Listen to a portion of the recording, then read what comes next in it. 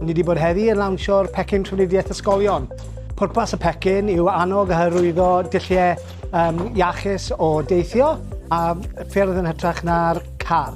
Mae yna sawl bydd i hyn a be ni'n gobeithio yw bod ni'n mynd i gallu optimeiddio yr adnoddau sy'n cael ei roed mewn i wella isadeiledd drwy gweld bobl yn newid y mod maen nhw'n teithio ar gyfer sionau bob dydd. Bod hynny'n gerdded, seiclo neu sgwtera.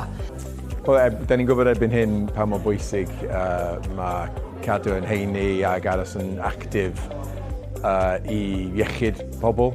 A hefyd mae'n bwysig bod plant yn dysgu hynny, dysgu habits, cerdded, beicio, yn hytrach na defnyddio ceir tra bod yn ifanc. So maen nhw'n caru hynny ymlaen trwy'r bod yn oedolion.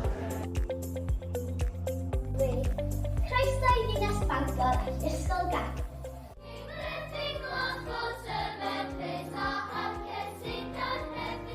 Fi'n mynd ar y beic. Fi'n cerdded. Dwi'n fel arfer yn sgwtio. Ydych chi'n enjoyo ni? Ydan. Dwi'n cerdded i'r ysgol ac yn ôl. Dwi hefyd yn cerdded i'r ysgol ac yn ôl, hefo fy brawd. Mae'n neis bod ti allan.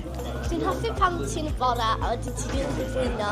A wedyn mae'r awyr iach yn dod ar chdi a wedyn ti'n teimlo mwy ffres. Ie. Wedyn mae'n helpu chdi ddeffro mwy. Ie. Fel jyst gael awyr iach a gweld y planhigion yn tyfu a fel yr holl natur. Mae yna reality ydy, mae gennym ni ormod o geir ar y lonydd, yn enwedig o gwmpas ysgolion, mewn amseroedd prysur. Felly dwi'n meddwl bod ni fel cyngor angen bod yn cefnogi pobl i fod yn gwneud y penderfyniad call mwyn arweindio'r gelwch yn plant ni bob pwrpas. Mae gennym ni gynllun, mae gennym ni rhywbeth yma ar bapur, felly edrych ymlaen rwan i gael rhoi hwn ar waith a gobeithio mewn blwyddyn neu ddwy gweld pa wahaniaeth bydd o wedi wneud.